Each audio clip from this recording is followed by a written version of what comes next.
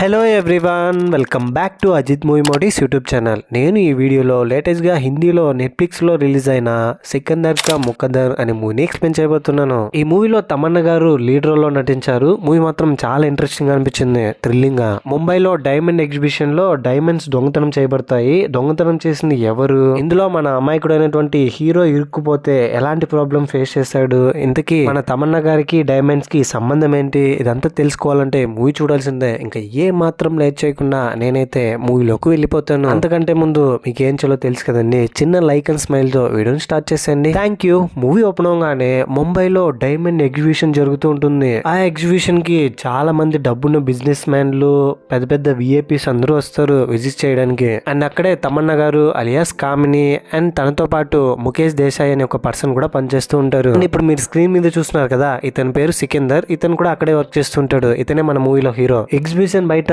ఈ red colour shirt వేసుకున్న అతనికి ఏమైందేమో తెలియదు కానీ కంగారుగా పరిగెడుతూ వెళ్తున్నాడు టెలిఫోన్ కోసం. ఫైనల్ గా చాలా దూరం పరిగెత్తి టెలిఫోన్ దగ్గరికి వెళ్ళి ఫోన్ చేసి, అరే ఈడియట్, నువ్వు టైం వేస్ట్ చేయకు, నీ డైమండ్ ఎగ్జిబిషన్ లో రాబరీ జరుగుతోంది, ఎవరు ఏంటని ఏం అడగని పేపర్ లో ఉన్నదంతా చదివి వినిపిస్తుంటాడు. డైమండ్ ఎగ్జిబిషన్ లో ఉన్న ఆఫీసర్స్ అందరూ ఏంటి రాబరీ జరుగుతోందని, ఎవరు ఫోన్ చేశారని రెడ్ కలర్ షర్ట్ పర్సన్ కి మళ్ళీ కాల్ కనెక్ట్ చేస్తే కనెక్ట్ అవ్వదు. అంతేకాకుండా రెడ్ కలర్ పర్సన్ ఆఫీసర్స్ తో ఇంకా ఏం చెప్పింటాడంటే, ఫేక్ ఐడెంటిటీతో లోపలికి ఒక నలుగురు ఎంటర్ అయ్యారు. సిర్కే, గులక్ హాలి, రెజిందర్ సింగ్, ప్రియేష్ మోఠా ఇంకో 5 minutes లో రాబరీ చేయబోతున్నారు, మీ వల్ల అయితే ఆపండి అని చెప్తాడు. ఇదంతా విన్న ఆఫీసర్స్ లోపల ఎగ్జిబిషన్ లో ఉన్న వాళ్ళందరినీ ఒక చోట చేర్చి చివరికి అక్కడ పనిచేస్తున్న స్టాఫ్ ని కూడా పిలిచి, మీరు ఎవరు కదలకండి, చిన్న చెకింగ్ ఉంటుంది, ఎమర్జెన్సీ అని అందరినీ ఒక చోట చేరుస్తారు.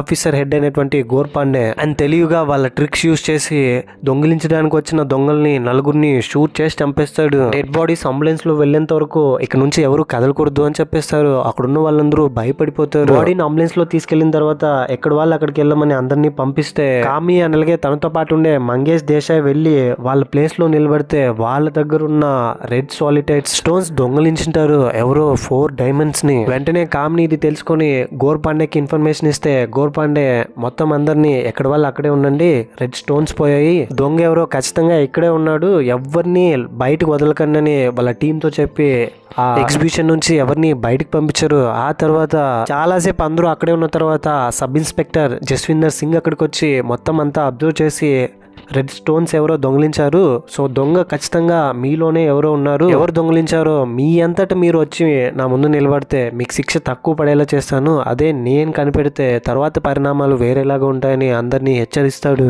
మంగేష్ అనలాగే కామ్నీని పిలిచి, మీరే కదా స్టోన్స్ మిస్ అవ్వడం ఫస్ట్ చూసిందానంటే, మేమందరం అక్కడ నుంచి వచ్చేలోపే స్టోన్స్ ఎవరో దొంగిలించారు అని చెప్తుంది కామ్ని. సో అందరిని అడుగుతున్నా కూడా ఎవరు దొంగిలించారని ఒప్పుకోకపోవడంతో సీసీ ఫుటేజ్ ని చూసిన తర్వాత, సరే ఓకే, ఇప్పుడు మీరేం చేస్తారంటే, మీరందరూ దొంగతనం జరగడానికంటే ముందు ఎవరెవరు ఏ ప్లేస్ లో ఉన్నారో ఆ ప్లేస్ లో వెళ్ళి నిలబడండి అని మొత్తం అందరినీ నిలబడి ఇప్పుడు సీసీ కెమెరాలు చూస్తాడు. ఐ మీన్ ఫుటేజ్ లో ఏదైనా క్లూ దొరుకుతుందని, బట్ అతనికి ఏం కనిపించదు. ఆ తర్వాత మొత్తం అందరి డీటెయిల్స్ అండ్ ఫోన్ నెంబర్ తీసుకుని పంపిస్తూ ఉంటే, మూవీలో మన హీరో అయినటువంటి సికిందర్ వాళ్ళకి పేరు అండ్ అడ్రస్ ఇచ్చి కొంచెం కంగారు పడుతూ ఒక ఆయన్ని ఢీ కొట్టేసి వెళ్తూ ఉంటే, ఇది గమనించిన సబ్ ఇన్స్పెక్టర్ జస్విందర్ సింగ్ సికిందర్ని పిలిచి, ఏంటయ్యా కంగారు పడుతున్నా, నువ్వేం పని చేస్తుంటావు అని అంటే, కంప్యూటర్ టెక్నీషియన్ సార్ నేను, మా అమ్మకు ఒంట్లో బాగాలేదు, మందులు తీసుకెళ్ళాలి, అందుకని కొంచెం కంగారుగా వెళ్తున్నాను అని చెప్తాడు. తను చెప్తున్నది జస్విందర్ సింగ్ కి కన్విన్సింగ్ గా అనిపించట్లేదు. సికిందర్ కొంచెం కంగారుగానే ఉంటాడు. సరే, నేను అడిగిన ప్రశ్నలకి నువ్వు సమాధానం చెప్పాలని జస్విందర్ సింగ్ సికిందర్ ని కొన్ని క్వశ్చన్స్ అడుగుతాడు. ఇది జరిగినప్పుడు నువ్వు ఎక్కడెక్కడ ఉన్నావు, ఏం చేసావో మొత్తం ఎక్స్ప్లెయిన్ చేయమంటాడు. అయితే అక్కడ పనిచేసే ఇంకొక అతను, దొంగతనం జరగడానికంటే ముందు నువ్వు ఇక్కడ ఉన్నావు కదా, నువ్వేంటి అబద్ధం చెప్తున్నావు, ఇంకో ప్లేస్ లో ఉన్నానని చెప్తే, ఏంట్రా మరి వాడు చెప్తున్నది ఏంటి అంటే, సికిందర్ సార్ వాడేదో కన్ఫ్యూజ్ అయినట్టున్నాడు, కంగారులో నేనున్న ప్లేస్ ని వాడున్న ప్లేస్ అని అంటున్నాడు అని చెప్తాడు. ఇదంతా చూసి కొంచెం సికిందర్ మీద సబ్ ఇన్స్పెక్టర్ జస్విందర్ సింగ్ కి అనుమానం వస్తుంది. ఆ తర్వాత కామ్నీని మంగేష్ దేశాయ్ని వీళ్ళిద్దరిని పిలిచి ఇద్దరిని ఎంక్వైరీ చేస్తాడు. మీ పేరేంటి, మీ డీటెయిల్స్ ఏంటి, ఎన్ని నెలల నుంచి ఇక్కడ పనిచేస్తున్నారని. కామ్ని తన డీటెయిల్స్ అంతా చెప్పి, నేను 3 months నుంచి ఇక్కడ వర్క్ చేస్తున్నాను అని చెప్తుంది. మంగేష్ దేశాయ్ ఏమో, సార్ నేను చాలా సంవత్సరాల నుంచి దగ్గర 30 years నుంచి ఇక్కడ వర్క్ చేస్తున్నాను, నాకు దీనికి ఏం సంబంధం లేదు అని అంటే, కామ్ని అలాగే మంగేష్ దేశాయ్, సికిందర్ వీళ్ళ ముగ్గురులో ఎవరో ఒకరు దొంగతనం చేసింటారు. వీళ్ళ ముగ్గురే ఇప్పుడు మనకి అనుమానాస్పదంగా ఉన్న వ్యక్తులని, కామ్నిని మంగేష్ దేశాయ్ని ఇద్దరిని, సికిందర్ మీకు తెలుసా అంటే సికిందర్ని ఇంతకుముందు ఎక్కడ చూడలేదు అని చెప్తారు. అండ్ సరిగ్గా అప్పుడే జస్విందర్ సింగ్ కి వాళ్ళ డిపార్ట్మెంట్ నుంచి ఫోన్ వస్తుంది. దొంగిలించబడ్డ డైమండ్స్ విలువ దగ్గర 50 నుంచి 60 కోట్లు అని చెప్పి. అందుకనే 100% కేస్ సాల్వింగ్ పర్సంటేజ్ ఉన్న ఇప్పుడు జస్విందర్ సింగ్ ని ఇందులో ఇన్వాల్వ్ చేశారని తనకు తెలుస్తుంది. సికిందర్ తో జస్విందర్ సింగ్ ఆ తర్వాత, అవును మీ అమ్మకి హెల్త్ బాగాలేదని చెప్పావు కదా, మందులు తీసుకెళ్లాలన్నావు కదా, మెడికల్ షాప్ వాడికి ఒకసారి ఫోన్ చేయాలంటే ఫోన్ చేసిస్తే, ఇప్పుడు నీతో మాట్లాడిన వాడు నీకు తెలుసా అంటే, సార్ నాకు తెలుసు, సికిందర్ చాలా రోజుల నుంచి నాకు బాగా తెలిసిన వ్యక్తి, అతను చాలా మంచోడు సార్, అతనికి ఈ దొంగతనానికి సంబంధం ఉండదని నేను భావిస్తున్నాను అని చెప్తాడు. తర్వాత చాలాసేపు కాన్వర్జేషన్ అయిన తర్వాత కామ్నీని, మంగేష్ దేశాయ్ని, సికిందర్ శర్మని వీళ్ళ ముగ్గురిని ఈ కేసులో అరెస్ట్ చేస్తారు. వీళ్ళ ముగ్గురులోనే ఎవరో దొంగ ఉన్నారు పట్టుకోవాలని చెప్పి. బట్ అరెస్ట్ అయిన ముగ్గురు మాత్రం, సార్ నేను ఎందుకు దొంగతనం చేస్తాను, నాకు అవసరమే లేదని చెప్తూ ఉన్నారు, వదిలేమని. పోలీస్ స్టేషన్కి వెళ్ళిన తర్వాత సికిందర్ మంగేష్ దేశాయ్ తో, ఇప్పుడు మనల్ని ఏం చేస్తారు అని అంటే, ఇంకేం చేస్తారయ్యా, కొడతారు, టార్చర్ చేస్తారు, మనమే చేసినలాగా సీన్ క్రియేట్ చేసి నమ్మిస్తారు జనాల్ని. 33 ఏళ్ళు నేను అక్కడ పనిచేశాను, నాకే తప్పులేదు, నిన్ను అరెస్ట్ చేయడంలో తప్పులేదులే. కానీ ఇక్కడ నాకు అర్థం కానిది ఏంటంటే, కామ్ని వాళ్ళతో అబద్ధం చెప్పింది 3 నెలలుగా తను అక్కడ వర్క్ చేస్తుందని, నిజానికి చాలా సంవత్సరాల నుంచే తను వర్క్ చేస్తుంది అని చెప్తాడు. భయపడినట్టుంది పిల్ల, అందుకని అబద్ధం చెప్పిందేమో కంగారులో అని అంటాడు. ఇది విన్న తర్వాత కొంచెం ఆలోచించడం స్టార్ట్ చేస్తాడు సికిందర్, కామ్ని ఎందుకని అబద్ధం చెప్పింటుందని. తర్వాత సికిందర్ ని రిమాండ్ కి తీసుకెళ్తారు. అతన్ని కొట్టడానికంటే ముందు జస్విందర్ సింగ్ అతని దగ్గరికి వెళ్ళి, ఎప్పటికైనా నిజం ఒప్పుకో, నీకే మంచిది అంటే, సార్ నేను ఎన్నిసార్లు చెప్పినా నన్ను మీరు నమ్మట్లేదు, మీరు ఒక ప్రామిస్ చేయాలి నాకు, ఒకవేళ మీరు తప్పు చేశారని మీకు అనిపించిన రోజు నాకు సారీ చెప్పాలి తల ఉంచి అని అంటాడు. ఏదో ఒక రోజు ఏ తప్పు చేయని నన్ను శిక్షించారని ఫీల్ అవుతారని. కట్ చేస్తే 15 సంవత్సరాల తర్వాత సబ్ ఇన్స్పెక్టర్ జస్విందర్ సింగ్, ఇప్పుడు తనకి అంతగా పవర్స్ ఉండవు, ఎందుకంటే జస్విందర్ సింగ్ ఆల్కహాల్ కి అడిక్ట్ అయిపోయి ఉంటాడు, ఏ తప్పు చేయని సికిందర్ ని అరెస్ట్ చేసి ఉంటాడు. కాబట్టి ఇక్కడ కొంచెం కథ పాస్ట్ నుంచి ప్రెసెంట్ కి, ప్రెసెంట్ నుంచి పాస్ట్ కి షిఫ్ట్ అవుతూ ఉంటుంది, కన్ఫ్యూజ్ అవ్వకుండా వినండి, అర్థమవుతుంది. ఇప్పుడు ప్రెసెంట్ లో జస్విందర్ సింగ్ భార్య అతనికి విడాకులు ఇచ్చింటుంది. కొన్ని వీళ్ళ మధ్య మిస్అండర్స్టాండింగ్స్ వల్ల ఈ కేసులో జస్విందర్ సింగ్ చాలా ఫేస్ చేసింటాడు. ఈ కేసు వల్ల వీళ్ళిద్దరు మ్యారేజ్ రిలేషన్షిప్ కూడా చాలా డిస్టర్బ్ అయి ఉంటుంది. ఇప్పుడు వీళ్ళిద్దరు విడిపోతారు. ఆ తర్వాత ఇప్పుడు జస్విందర్ సింగ్ నథింగ్, ఆల్కహాల్ కి అడిక్ట్ అయిపోయి ఒక లూజర్ లాగా ఉంటాడు. జస్విందర్ సింగ్ ఇప్పుడు ప్రెసెంట్ లో సికిందర్ శర్మకు ఫోన్ చేసి, ఎలా ఉన్నారు, నన్ను గుర్తుపట్టారా అని అతని గురించి చెప్పి, ఈ రోజే నన్ను ఉద్యోగంలో నుంచి తీసేశారు, నాకు డివోర్స్ కూడా ఫైనల్ అయిపోయింది, నాకెందుకో నీతో చెప్పాలనిపించింది అని చెప్తాడు. ఆ తర్వాత సికిందర్ శర్మ, సార్ మీరు 15 సంవత్సరాల క్రితం నన్ను అరెస్ట్ చేసినప్పుడు నేను మీతో ఏమన్నానో గుర్తుందా, ఒకవేళ మీరు ఏ తప్పు చేయలేదు అని మీకు అనిపించి ఇప్పుడు నన్ను అరెస్ట్ చేసిండొచ్చు, నా మీద అనుమానపడి నేనే దొంగ అని, ఏదో ఒక రోజు నేను దొంగ కాదని నిరూపించబడుతుంది, ఆ రోజు మీరు నాకు తల ఉంచి సారీ చెప్పమని చెప్పాను కదా సార్, ఇప్పుడు నాకు మీరు సారీ చెప్పాల్సిన టైం వచ్చింది, రేపు నేను మీ దగ్గరకు వస్తాను అని చెప్తాడు ముంబైకి. జస్విందర్ సింగ్ కూడా సరే అలాగే నీకు సారీ చెప్తానని అతని దగ్గరికి రమ్మంటాడు. కట్ చేస్తే 15 సంవత్సరాల క్రితం జస్విందర్ సింగ్ మంగేష్ దేశాయ్ని,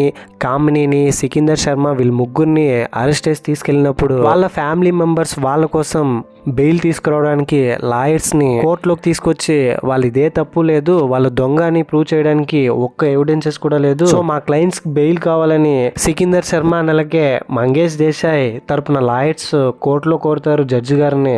బట్ కామినీ లాయర్ మాత్రం ఒక్కడు కూడా ఉన్నారు అక్కడ. అప్పటికప్పుడే ఒక లాయర్ కామినీ సిచ్యువేషన్ ని అర్థం చేసుకుని కామినీ కేసుని టేకప్ చేసుకుని బెయిల్ అడుగుతాడు. కోర్టులో జస్విందర్ సింగ్ ఏం చెప్తాడంటే, సార్ ఖచ్చితంగా డైమండ్స్ ని వీళ్ళ ముగ్గురులో ఎవరో ఒకరు దొంగిలించారు, డైమండ్స్ ని వీళ్ళు మింగేసి ఉంటారు, 7 days టైం ఇస్తే వాళ్ళ ముగ్గురిని రిమాండ్ చేసి బాడీని స్కాన్ చేస్తే బాడీలో డైమండ్స్ ఉన్నాయో లేదో తెలిసిపోతుంది, నాకు ఒక 7 days టైం ఇవ్వండి యువర్ ఆనర్ అని అంటాడు. దాంతో జడ్జి గారు సిచ్యువేషన్ అర్థం చేసుకుని వీళ్ళ ముగ్గురికి బెయిల్ ఇవ్వడానికి కుదరదు, 7 రోజులు పోలీసులు రిమాండ్ లో ఉంచడానికి పర్మిషన్ ఇస్తాడు. అదే టైంలో ఇంతకు ముందు రాబరీ జరిగినప్పుడు రెడ్ కలర్ షర్ట్ వేసుకుని వీళ్ళకి ఇన్ఫర్మేషన్ ఇచ్చింటాడు కదా, కంగారుగా పరిగెడుతూ వచ్చి టెలిఫోన్ లో ఫోన్ చేసి అతను పోలీస్ స్టేషన్ కి వచ్చి జస్విందర్ సింగ్ తో, సార్ ఆ రోజు ఇన్ఫర్మేషన్ ఇచ్చింది నేనే, ఎలాంటి పరిస్థితుల్లో నేను ఇన్ఫర్మేషన్ ఇచ్చానంటే, సార్ రోజు మా అమ్మాయిని నేను స్కూల్కి పంపించడానికి ఆటోలో పంపిస్తాను.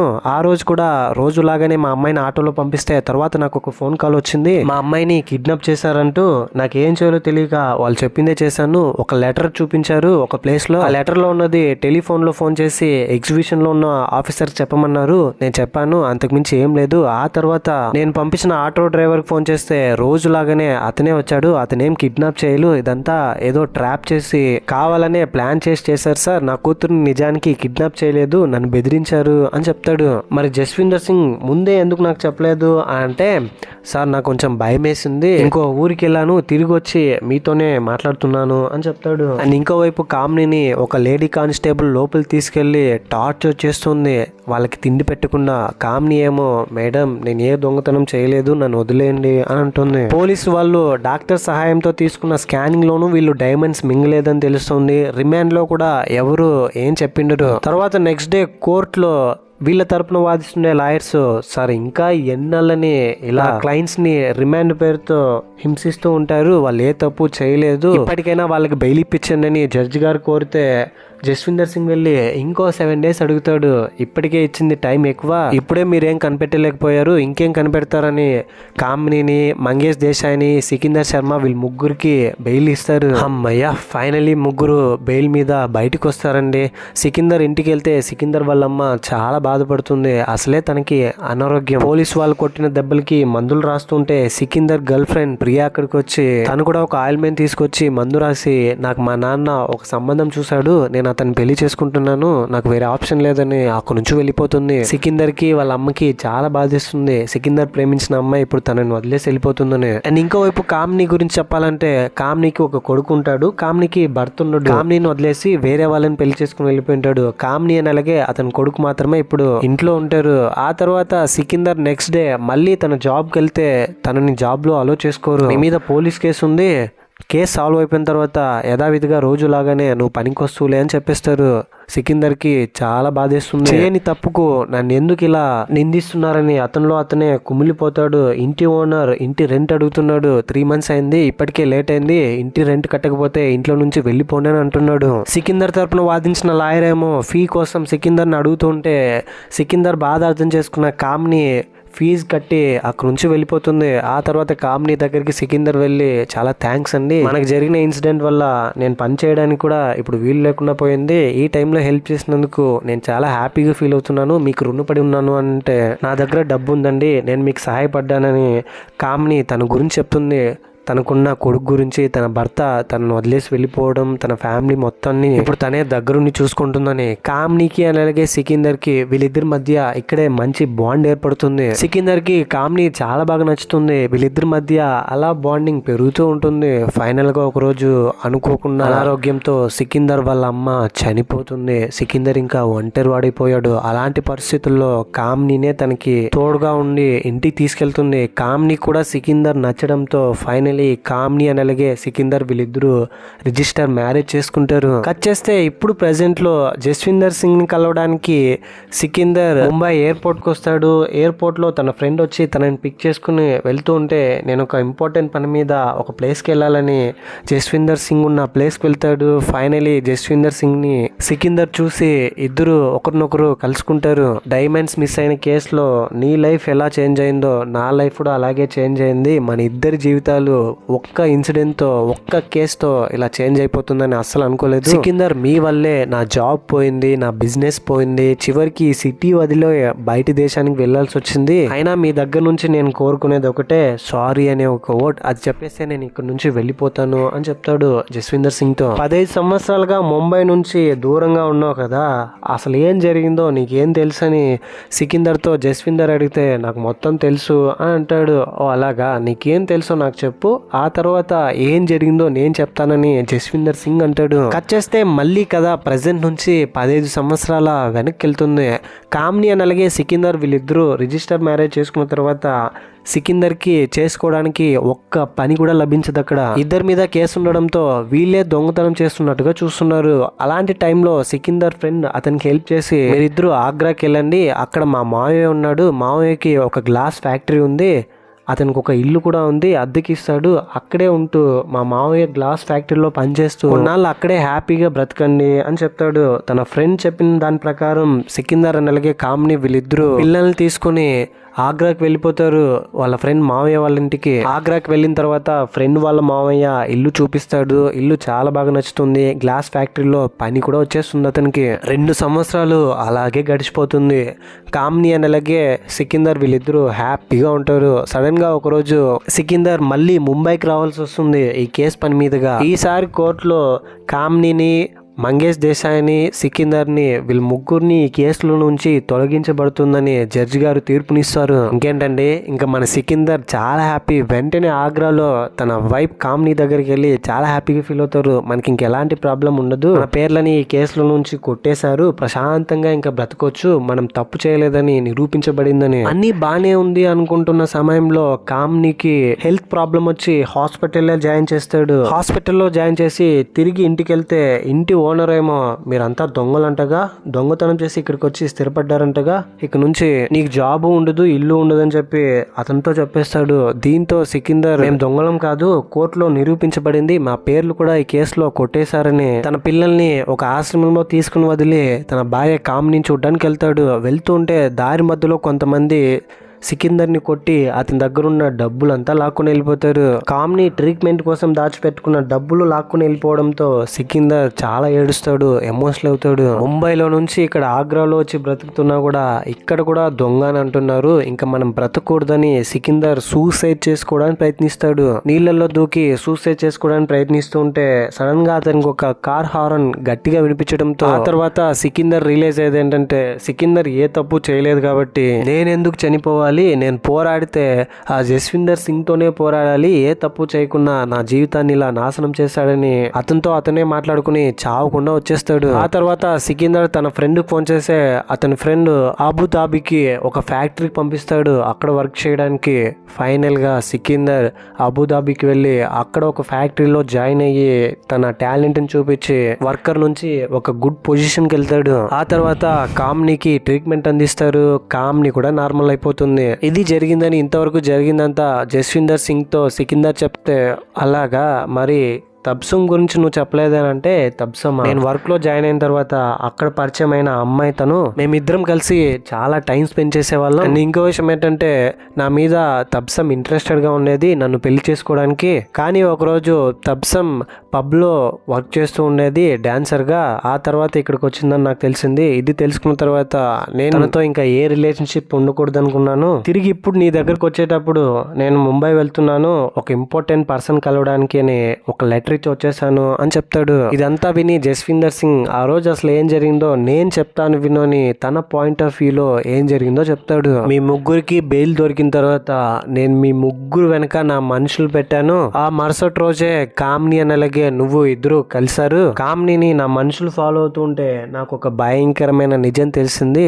తను ఆ రోజు ఎగ్జిబిషన్ లో ఒక డైమండ్ ని దొంగిలించింది. రెడ్ కలర్ డైమండ్ కాదు, ఇంకో డైమండ్ ని, అది కూడా గోర్లో పెట్టుకొని ఒక జ్యువెలరీలో అమ్ముతుంటే నేనే తనని రెడ్ హ్యాండెడ్ గా పట్టుకున్నాను సార్. ఇది కేవలం నా పిల్లల కోసం మాత్రం చేశాను. ఒక్క డైమండ్ మాత్రమే నేను దొంగిలించాను, మిగతా డైమండ్స్ కి నాకు సంబంధం లేదు సార్ అని కామిని చెప్పింది. ఆ తర్వాత కామినితో నేనేం చెప్పానంటే, ఈ విషయం నేను బయట చెప్పకుండా ఉండాలంటే నువ్వు సికిందర్ని అబ్జర్వ్ చేయాలి, తను దొంగిలించిన డైమండ్స్ ఎక్కడ పెట్టాలో కనుక్కోవాలని చెప్పాను. తర్వాత నీకు కూడా కష్టం వచ్చేటట్టు చేశాను, డబ్బు నీకు అవసరం వచ్చేలా మీ ఇంటి ఓనర్తో నేనే మాట్లాడి రెంట్ అడిగేలా చేశాను. నీ ఉద్యోగం కూడా నీకు లేకుండా చేసింది నేనే. ఆగ్రాలోకి వెళ్ళిన తర్వాత కూడా నిన్ను కామ్ని అబ్జర్వ్ చేస్తూనే ఉండింది, ఎప్పటికప్పుడు నాకు అప్డేట్ ఇస్తూనే ఉండింది. అక్కడ కూడా ఆగ్రాలో మీ ఓనర్కి చెప్పింది నేనే, ఇల్లు ఖాళీ చేయించమని. చివరికి నువ్వు ట్రీట్మెంట్ కోసం హాస్పిటల్కి వెళ్తూ ఉంటే నిన్ను కొంతమంది కొట్టి డబ్బులు తీసుకెళ్లారు కదా, వాళ్ళని పంపించింది కూడా నేనే. నీకు డబ్బు అవసరం వచ్చేలా ఎన్ని సిచ్యువేషన్స్ క్రియేట్ చేసినప్పటికీ నువ్వు దొంగిలించి దాచిపెట్టిన డైమండ్స్ ని బయటికి తీయలేదు. నువ్వు ఒకవేళ తీస్తావేమో అని నేను ఇదంతా చేశాను, కానీ ఇప్పుడు నాకు అర్థమైంది నువ్వు అది దొంగిలించలేదు అని చెప్తాడు. ఇదంతా విన్న సికిందర్ ఎమోషనల్ అయ్యి, అంటే నా జాబ్ రాకుండా చేసింది, నన్ను ఈ సిటీలో నుంచే ఆగ్రాకు వెళ్ళేటట్లు కూడా చేసింది నువ్వేనా అని జస్విందర్ సింగ్ ని కొట్టి అతని దగ్గర సారీ చెప్పించుకుని అక్కడి నుంచి వచ్చేస్తాడు. పంపించేస్తాడు ఎమోషనల్ అయ్యి బాగా. ఆ తర్వాత ఇంటికి వస్తే నీతో కొంచెం మాట్లాడాలని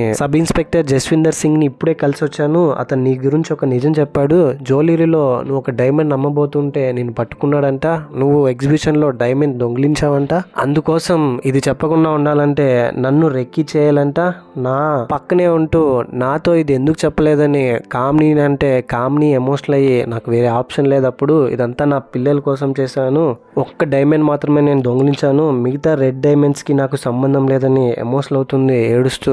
ఆ తర్వాత సికిందర్ తెలిసా కూడా నేను నీతో కలిసి ఉండాలని అనుకోవట్లేదు, విడాకులు తీసుకోవాలంటే ఎప్పుడైనా ఇచ్చేస్తాను నీకు, దయచేసి ఇక్కడ నుంచి వెళ్ళిపోని కామ్ని అక్కడి నుంచి పంపించేస్తాడు. కామ్ని నువ్వు లేకుండా నేను ఉండలేనని ఎంత బ్రతిమలాడినా కూడా ఏడుస్తూ సికిందర్ అస్సలు వినిపించుకోడు, తనని అక్కడి నుంచి పంపించేస్తాడు. ఆ తర్వాత సికిందర్ నేరుగా తన బెస్ట్ ఫ్రెండ్ ప్రియా అనే ఒక అమ్మాయి దగ్గరికి వెళ్తాడు. ప్రియా అనే అమ్మాయి సికిందర్ కాలేజ్ డేస్ లోనే బెస్ట్ ఫ్రెండ్. ప్రియా దగ్గరికి సికిందర్ వెళ్తే ఏంటి సికిందర్ ఫోన్ చేసి రావచ్చు కదా అని అతనికి ఒక చెట్టును చూపిస్తుంది. ఆ చెట్టు లోపల ఏముంటుందంటే రెడ్ కలర్ డైమండ్స్. ఇక్కడే రివీల్ అయ్యే మైండ్ బ్లోయింగ్ ట్విస్ట్ ఏంటంటే మనం అందరం ఇంతవరకు అనుకున్నాం కదా సికిందర్ దొంగతనం చేయలేదని, నిజానికి సికిందర్ దొంగతనం చేశాడు. ఆ డైమండ్స్ ని దొంగిలించింది ఎవరో కాదు సికిందరే దొంగిలించి తన ఫ్రెండ్ ప్రియా దగ్గర ఇచ్చేస్తుంటాడు.